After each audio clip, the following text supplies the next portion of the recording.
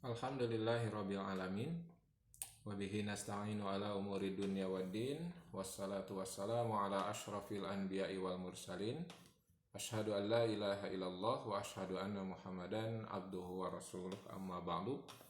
Alhamdulillah, kita panjatkan puji dan syukur kepada Allah yang telah memberikan kepada kita untuk melanjutkan perkuliahan Pancasila dan Kewarganegaraan. Insya Allah pada pertemuan kali ini kita akan membahas tentang geostrategi bangsa Indonesia. Seperti sudah dibahas sebelumnya, kita sudah membahas tentang geopolitik Indonesia. Yang dimaksud geopolitik adalah sikap politik terkait dengan landasannya, yaitu letak geografis Indonesia. Yang mana Indonesia itu terletak di antara dua benua dan dua samudra, kepulauan yang menjadi tujuan dan sasaran berbagai bangsa untuk disinggahi karena merupakan salah satu di antara jalur perdagangan yang aktif di masa dahulu.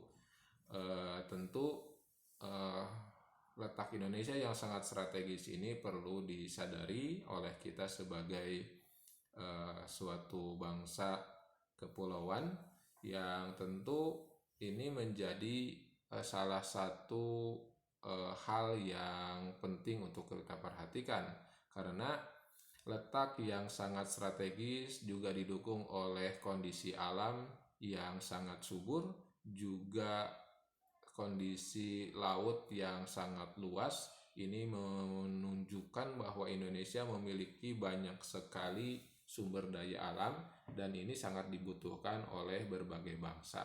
Maka geopolitik Indonesia adalah wawasan Nusantara. Bagaimana kita menyadari, kita memandang bangsa kita sendiri, wilayah kita sendiri merupakan suatu wilayah yang sangat strategis dan memiliki peranan yang sangat penting untuk bangsa-bangsa di wilayah dan negara yang lain.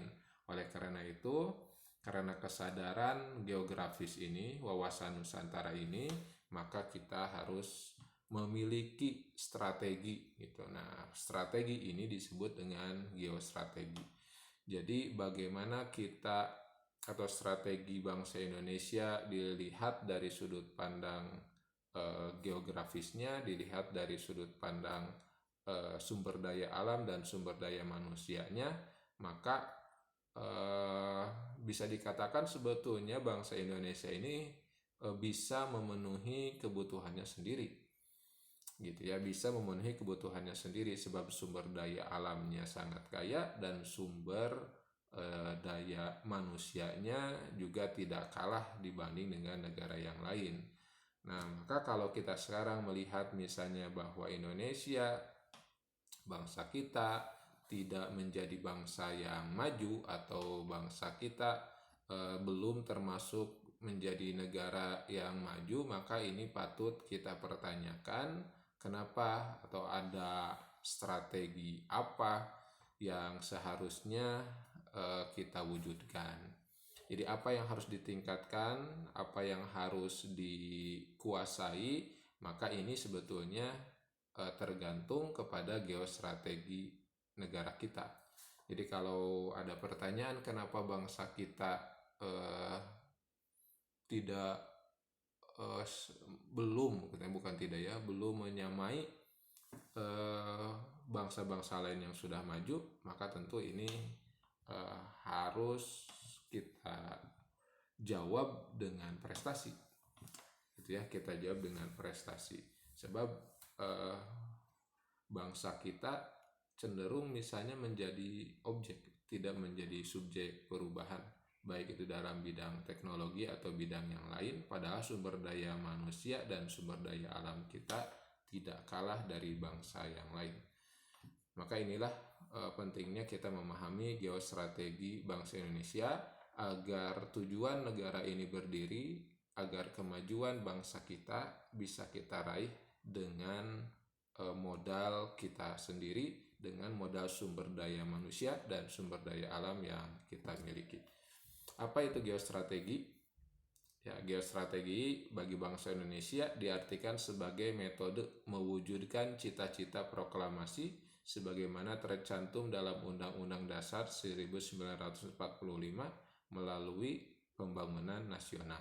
Jadi strategi dilihat dari kewilayahan atau geostrategi. Jadi bagi bangsa kita, bagi Indonesia, ini adalah metode upaya untuk mewujudkan cita-cita proklamasi, yang mana cita-cita proklamasi ini sudah tercantum dalam Undang-Undang Dasar 1945, yaitu diantaranya mencerdaskan kehidupan bangsa, turut terlibat dalam perdamaian dunia, dan membangun masyarakat yang maju. Nah, ini caranya adalah melalui pembangunan nasional. Jadi itulah yang disebut dengan geostrategi, ya, metode cara mewujudkan cita-cita proklamasi. Nah, jadi geostrategi Indonesia ini bukan dengan cara menjajah atau menguasai wilayah orang lain. Kenapa? Karena wilayah Indonesia sendiri tadi sudah disebutkan, kita sudah kaya sumber daya alamnya. Jadi untuk mewujudkan kesejahteraan, mencerdaskan kehidupan bangsa, turut serta dalam perdamaian dunia, ini bisa kita wujudkan dengan sumber daya alam dan sumber daya manusia kita sendiri. Walaupun tentu dalam pergaulan internasional kita tetap membutuhkan bangsa-bangsa yang lain sebagai partner dalam kehidupan. Tapi sekali lagi, geostrategi Indonesia ini tidak dalam bentuk ekspansif menguasai wilayah yang lain, tetapi lebih kepada bagaimana kita membangun bangsa kita secara mandiri sehingga bisa bersaing dengan bangsa yang lain. Menurut Notonegoro, kesatuan Indonesia yang terbentuk berdasarkan manusia yang monopluralis tidak terlepas pada prinsip-prinsip nasionalis Indonesia. Yang dimaksud prinsip-prinsip nasionalis Indonesia itu adalah adanya kesatuan sejarah, yang mana sejarah Indonesia dari Sabang sampai Merauke bentuk kepulauan yang sangat plural, yang sangat kaya dengan budaya dan kultur yang berbeda-beda. Secara sejarah ini disatukan oleh apa? Oleh kerajaan-kerajaan yang bersepakat dalam hal apa? Bersepakat dalam hal satunya kebangsaan, satunya tanah air, dan satunya bahasa, yaitu bahasa Indonesia. Nah, siapa yang menyebarkan dan mewujudkan persatuan ini? Tentu karena kesatuan, kesamaan sejarah, yaitu sama-sama berada dalam kerajaan-kerajaan Islam, kerajaan-kerajaan kaum muslimin yang saling mendukung. Jadi Indonesia ini terdiri dari berbagai bangsa, terdiri dari berbagai suku, berbagai kultur yang dulu dipersatukan oleh kesatuan sejarah, yaitu sama-sama memeluk agama Islam yang jumlahnya hampir 90% lebih dulu di masa kerajaan-kerajaan Islam. Lalu karena datangnya penjajah, maka kerajaan-kerajaan ini mendapat perlakuan yang semena-mena oleh penjajah, sehingga akhirnya seolah-olah menjadi wilayah-wilayah yang berbeda. Padahal sebetulnya dulu kerajaan-kerajaan Islam ini tentu kalau konflik ya ada tetap, tapi dalam sekian abad kekuasaan kerajaan-kerajaan Islam ini ada kesatuan, ada kesamaan, ya karena kesamaan agama sehingga tidak terjadi begitu ya, tidak terjadi konflik maju dan runtuhnya peradaban. Lalu karena kesatuan sejarah ini, yang kedua merasakan nasib yang sama, yaitu ketika mendapat perlakuan penjajahan, baik itu sejak masa Portugis ataupun Inggris ataupun Belanda. Karena kesatuan nasib ini, maka di abad ke-20 awal semuanya bersepakat bahwa bangsa Indonesia ini adalah satu tanah air, satu bangsa, dan menjunjung bahasa persatuan. yang dipelopori oleh para pemuda melalui Sumpah Pemuda. Lalu yang dimaksud dengan prinsip yang ketiga, prinsip nasional Indonesia adalah adanya kesatuan kebudayaan, yang mana kebudayaan ini adalah hasil cipta rasa karya dan karsa bangsa Indonesia, manusia Indonesia. Nah, kalau kita lihat kesatuan budaya ini ya budaya nasional yang yang cenderung dan bercorakan Islam begitu ya, walaupun tentu budaya dan agama-agama yang lain, budaya kedaerahan tetap diakui, tetapi kalau kita lihat dari aspek kebudayaan, kesamaannya adalah adanya kesamaan budaya keislaman.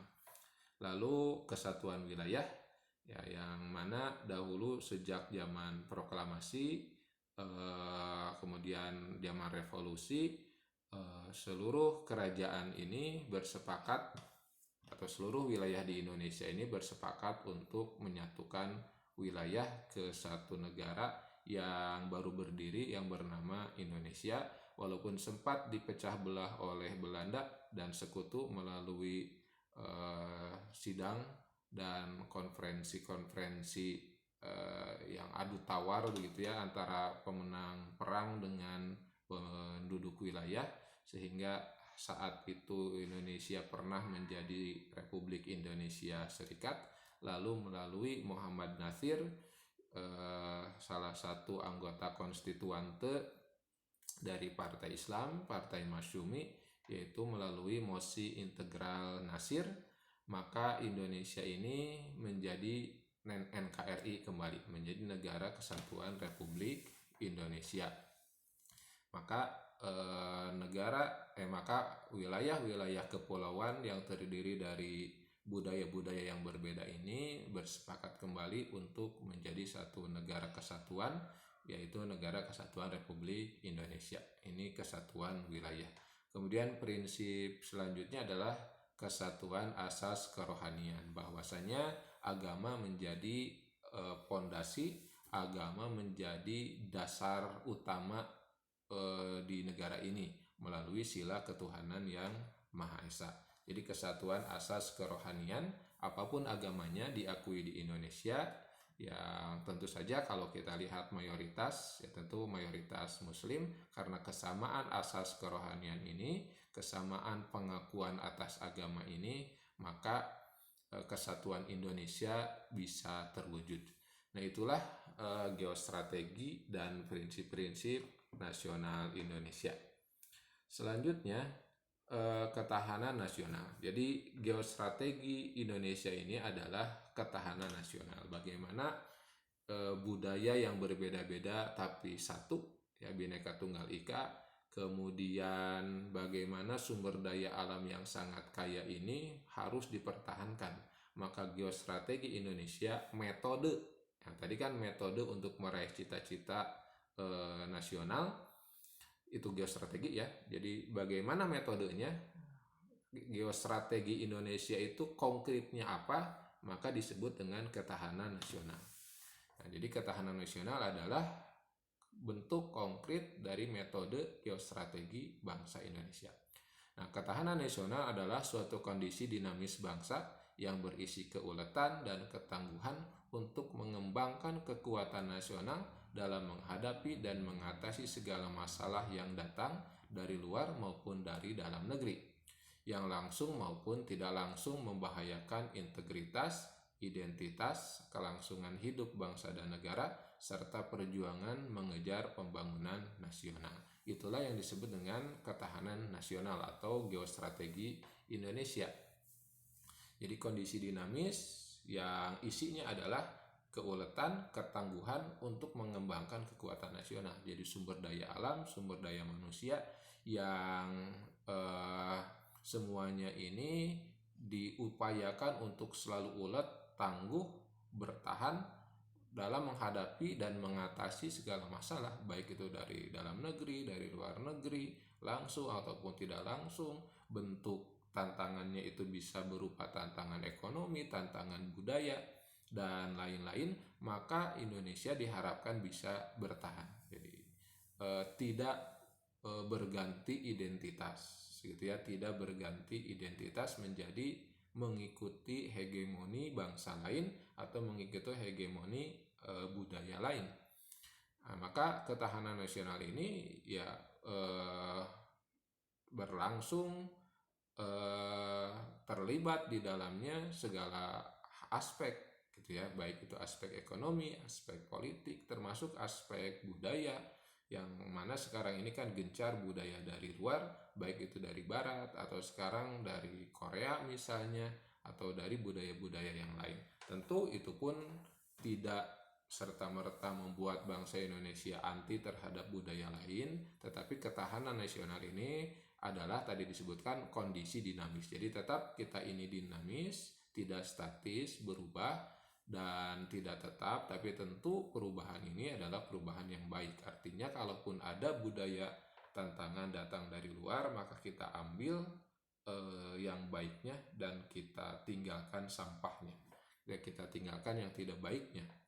Kalaupun misalnya kita melihat ada budaya maju, budaya ilmu, maka yang diambil adalah budaya ilmunya, bukan sampahnya.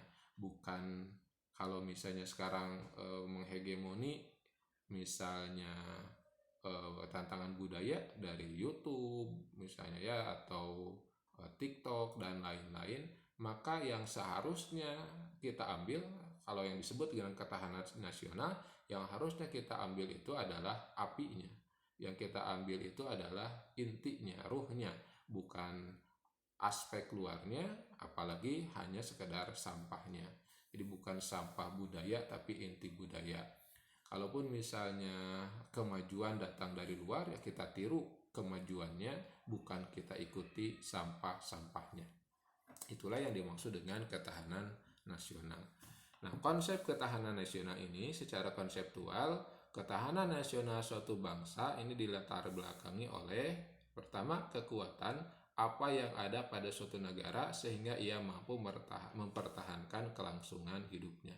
Jadi kekuatan apa yang ada pada suatu negara itulah yang akan menjadi latar belakang ketahanan. Lalu yang kedua, latar belakang kekuatan apa yang harus dimiliki oleh suatu negara untuk mempertahankan kelangsungan hidupnya. Jadi apa yang ada dan apa yang harus dimiliki.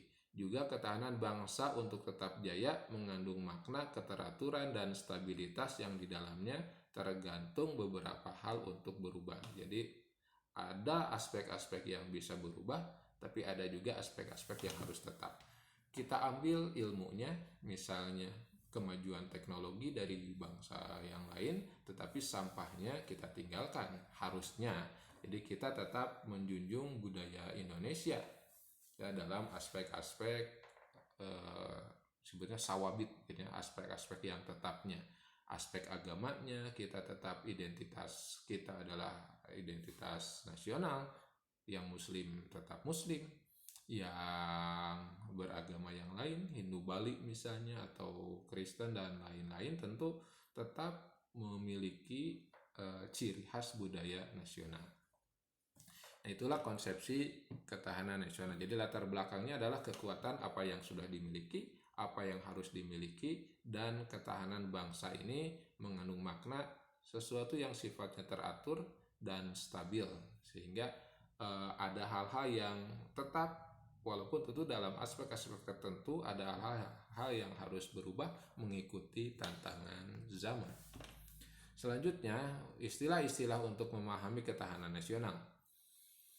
Ada istilah-istilah kunci mungkin ya, atau kata-kata kunci untuk memahami ketahanan nasional. Yang pertama, ketahanan nasional ini maknanya adalah tangguh. Nah, tangguh itu adalah kekuatan seseorang untuk bertahan dalam menanggulangi beban. Jadi ketika ada beban, ada kesulitan, maka kita tetap bertahan, kita tetap tangguh. Itu yang disebut tangguh. Kemudian ulet atau keuletan adalah usaha terus-menerus secara giat dengan kemauan keras untuk menggunakan kemampuan dan kecakapan. Jadi kita ini punya kemampuan, kita ini punya kesanggupan, secara SDM bangsa kita tidak kalah ya, secara kecerdasan, maka keuletan adalah kemampuan untuk terus-menerus giat berkemauan keras menggunakan kemampuan dan kecakapan itu. Kemudian kata kunci yang ketiga adalah identitas. Identitas itu adalah ciri khas suatu negara secara keseluruhan atau holistik. Nah, kalau kita lihat Indonesia ya ciri khas utamanya ya seharusnya adalah Islam. Karena mayoritas adalah Muslim, dan walaupun tentu budaya-budaya eh, apa yang ada di Indonesia seperti budaya Bali dan lain-lain juga diakui, tetapi tentu identitas kita adalah identitas yang seharusnya menjadi ciri khas satu negara secara keseluruhan atau holistik. Ya seperti misalnya ramah, pemaaf. Nah, itu budaya identitas Indonesia. Ya, semua orang yang datang ke Indonesia, orang asing biasanya menyebutkan bahwa bangsa Indonesia ini identitas utamanya ya ramah, murah senyum, dan lain-lain. Kemudian istilah selanjutnya adalah integritas, yaitu kesatuan menyeluruh dalam kehidupan nasional suatu bangsa. Jadi integral, ya. Integritas di sini maksudnya bukan integritas kepribadian ya, tapi keintegralan, kesatuan menyeluruh, bahwa dari Sabang sampai Merauke kita ini sama, bangsa Indonesia. Kemudian istilah yang harus dipahami selanjutnya adalah ancaman. Apa itu ancaman?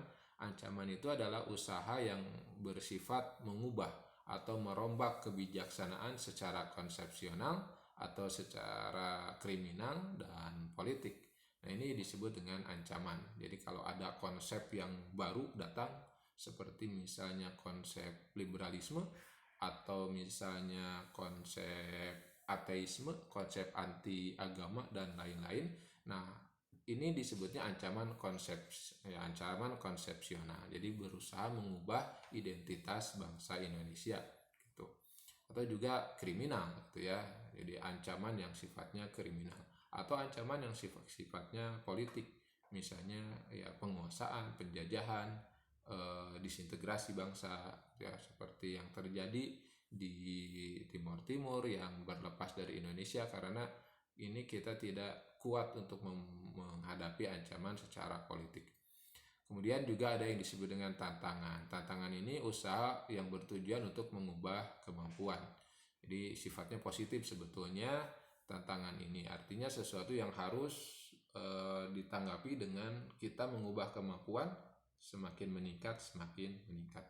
Lalu ada yang disebut dengan hambatan.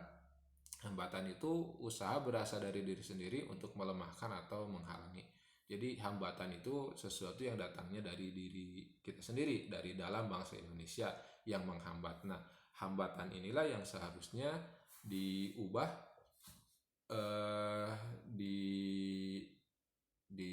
diubah sikapnya sehingga kita semakin maju.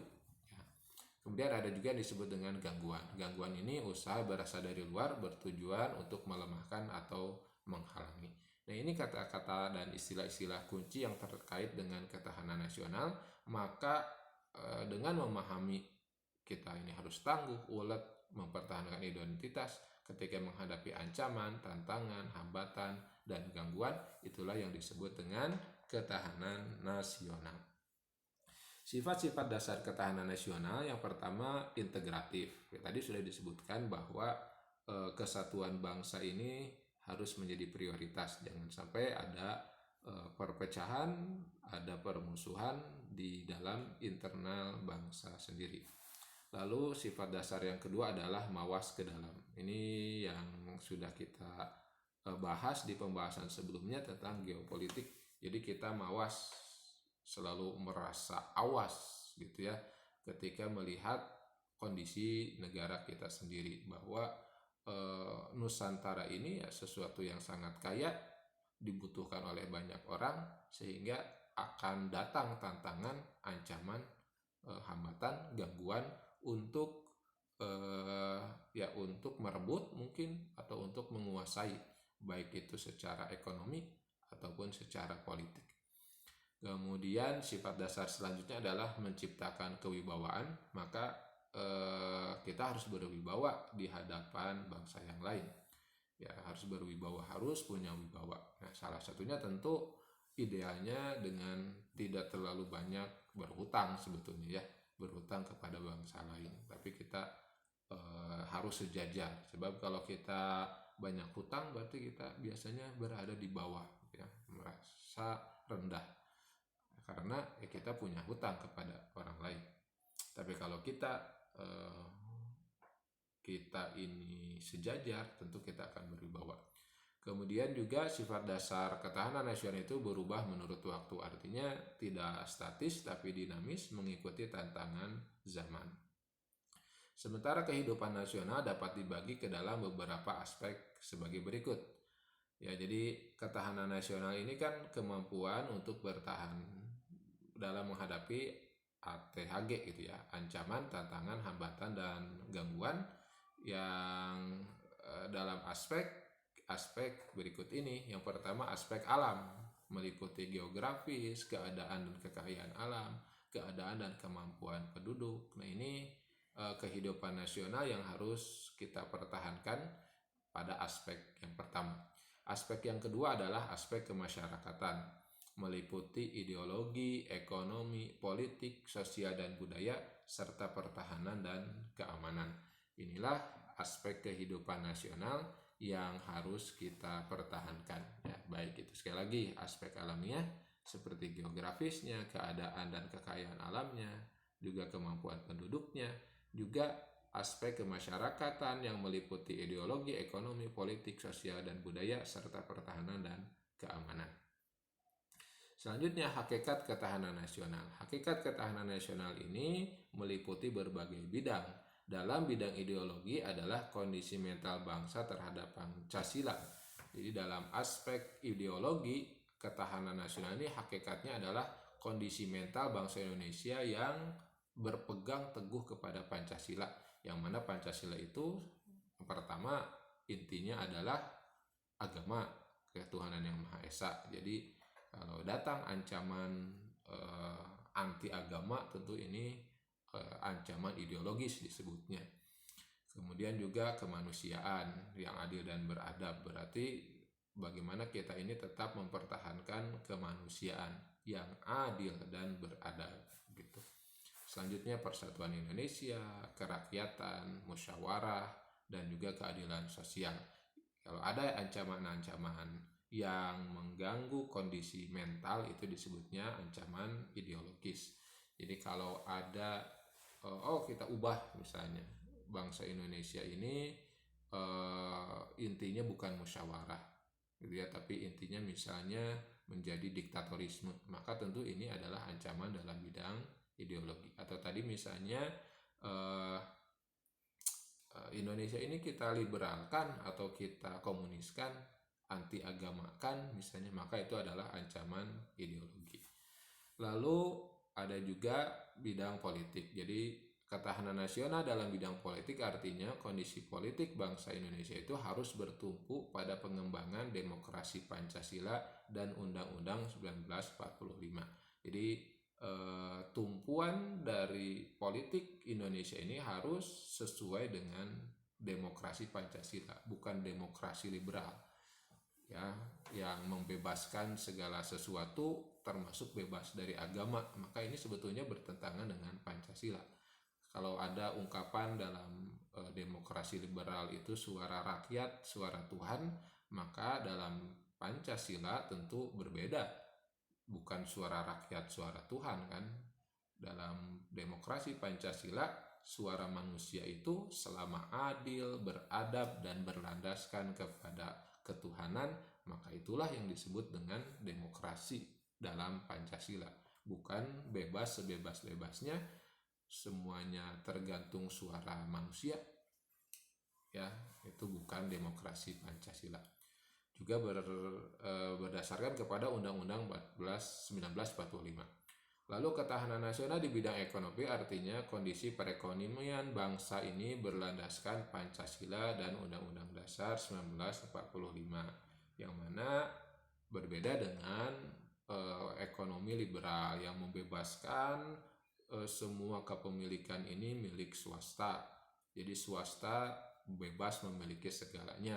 Nah, kalau ekonomi Pancasila, ya ada aspek-aspek yang harus dikuasai oleh negara. Dan ini sudah tertuang dalam Undang-Undang Dasar 1945. Hal-hal yang tidak boleh dimiliki oleh secara privat oleh swasta. Ada aspek-aspek yang harus dimiliki oleh bangsa. Makanya ada BUMN, ya, Badan Usaha Milik Negara. Jadi secara ekonomi negara tetap harus menguasai aspek-aspek yang sifatnya vital, aspek-aspek yang sifatnya inti, sehingga nanti ketika datang investor asing, datang perusahaan asing, tetap aspek-aspek vital ini dikuasai, dikelola oleh negara dan tidak diprivatisasi, diberikan kepada asing gitu ya. Sehingga pada akhirnya kalau bahaya kan kalau misalnya aspek-aspek vital ini semuanya diserahkan kepada asing, seperti energi, ya, minyak bumi dan lain-lain, kemudian pengelolaan hutan. Ini kalau dikuasai oleh asing bahaya. Maka kalaupun ada, ya tentu ada pembatasan. Pertambangan misalnya tetap harus dikuasai oleh negara, walaupun tentu asing, perusahaan dari luar misalnya boleh saja berinvestasi, tapi tentu ada hal-hal yang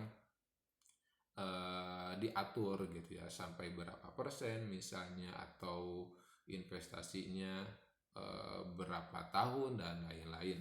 Ini semuanya demi untuk ketahanan nasional, baik itu sekali lagi tadi pada aspek geografisnya ataupun aspek sosial kemasyarakatannya. Lalu hakikat ketahanan nasional dalam bidang sosial budaya yaitu meliputi kehidupan sosial budaya menjiwai kepribadian nasional berdasarkan Pancasila. Artinya dalam aspek sosial budaya ketahanan nasional ini bahwa rakyat manusia Indonesia ini dalam kehidupan sosial budayanya harus tetap berjiwa Pancasila. Nah, tadi misalnya datang kan sekarang lagi banyak gitu ya pengaruh-pengaruh budaya luar seperti dari barat, ya, dari barat, Amerika, Eropa, yang mengajarkan misalnya anti agama, atau kalaupun tidak anti agama budaya-budaya pop, ya, budaya-budaya populer, ya, ataupun dari misalnya sekarang tetangga Asia kita, Korea ataupun Jepang misalnya. Maka pada aspek sosial budaya ini ya tentu kepribadian bangsa Indonesia harus tetap bisa kita jaga. Jangan sampai budaya asing ini mengubah budaya Indonesia. Ya, pada aspek-aspek tertentu sekali lagi kita ambil yang positifnya, kita tinggalkan sampahnya, kita tinggalkan yang negatifnya. Walaupun tentu ya inilah yang menjadi tantangan gitu ya. Inilah yang menjadi tantangan. Kita lihat misalnya generasi muda sekarang ya menjadi objek kan, ya, menjadi objek dalam hal teknologi misalnya. Kita menjadi pengguna internet terbesar, tapi pada aspek kita ini objeknya gitu ya. Ya, sosial media misalnya TikTok gitu ya, kita bukan yang menjadi trendsetternya, kita bukan menjadi pembuat teknologinya, kita malah menjadi yang goyang-goyangnya gitu ya. Atau misalnya ya banyak lah gitu ya, banyak aspek sosial budaya yang berubah karena ketahanan nasional yang masih belum maksimal di bangsa kita. Jadi terutama di generasi muda sekarang ya sudah mulai terkikis budaya asli keindonesiaannya dan berubah menjadi budaya asing gitu ya, budaya asing. Maka ketahanan nasional ini sangat penting. Geostrategi ketahanan nasional ini sangat penting untuk diajarkan kepada generasi muda. Lalu juga hakikat ketahanan nasional ini pada aspek bidang pertahanan dan keamanan, yaitu kemampuan untuk memiliki kondisi daya tangkal yang dilandasi kesadaran bela negara. Jadi ya bela negara ini menjadi sesuatu yang wajib, walaupun tentu belum pada aspek seperti di negara lain adanya wajib militer, walaupun beberapa tahun yang lalu ada wacana wajib militer, tapi di kita masih belum, sebab jumlah pendaftar untuk menjadi tentara itu masih cukup banyak gitu ya, masih cukup banyak. Jadi belum wajib militer untuk seluruh rakyat Indonesia. Jadi masih ditangkal dan masih bisa diantisipasi oleh jumlah negara. Nah, jumlah tentara. Tapi yang menjadi ancaman terbesar sebetulnya ya pada aspek tadi, aspek sosial budaya, pada aspek ekonomi gitu ya, dan aspek politik mungkin ya, sebab pada akhirnya politik, ekonomi, sosial budaya ini ya dipengaruhi juga oleh kondisi bangsa kita yang lebih banyak tergantung kepada asing gitu ya, baik itu secara dana, kita kekurangan dana sehingga kita membutuhkan dana pinjaman dari luar. Juga dalam bidang teknologi kita masih tergantung kepada bangsa lain. Nah, inilah sebetulnya yang harus kita waspadai, jangan sampai ketergantungan kita kepada bangsa yang lain itu selamanya. Nah, dan juga ancaman yang muncul juga misalnya pada aspek pangan saja kita tergantung gitu ya, kita masih impor beras dan lain-lain, padahal kalau kita lihat bangsa kita secara geografis kan subur, harusnya kita bukan harus tidak mengimpor ya, harusnya kita memiliki kemampuan untuk memenuhi kebutuhan bangsa kita sendiri gitu. Nah, inilah pentingnya ketahanan nasional. Saya kira itu saja mungkin untuk pertemuan kali ini. Jadi inti dari geostrategi Indonesia adalah bahwa bangsa kita ini adalah bangsa yang memiliki sumber daya alam dan sumber daya manusia yang bisa dikatakan sebetulnya cukup untuk mencapai cita-cita nasional, tetapi tentu diperlukan strategi yang tepat, yaitu ketahanan nasional, dan juga bukan hanya strategi tetapi juga harus dilanjutkan dengan penyadaran atau pembudayaan ketahanan nasional ini kepada seluruh rakyat, kepada seluruh masyarakat, sehingga cita-cita nasional bangsa kita ini yaitu ya mensejahterakan kehidupan bangsa, mencerdaskan kehidupan masyarakat, juga turut terlibat dalam perdamaian dunia, ini bisa tercapai dengan sebaik-baiknya. Jadi perlu ada metode lain mungkin ya, metode khusus atau metode yang lebih maju lagi, bagaimana geostrategi Indonesia atau ketahanan nasional ini bisa disadari oleh seluruh masyarakat, terutama generasi muda. Ya, mudah-mudahan Anda dengan mata kuliah ini bisa memiliki ketahanan nasional, menyadari tentang geostrategi Indonesia. Mudah-mudahan sehingga nanti lahir generasi-generasi yang maju dari tangan-tangan Anda yang calon guru ini, sehingga nanti bisa mengajarkan kepada murid-murid untuk bisa memiliki ketahanan nasional yang yang tangguh, yang ulet, yang integral. Saya kira itu saja. Terima kasih atas perhatiannya. Aku qouli hadza wa astaghfirullah li wa lakum. Wassalamualaikum warahmatullahi wabarakatuh.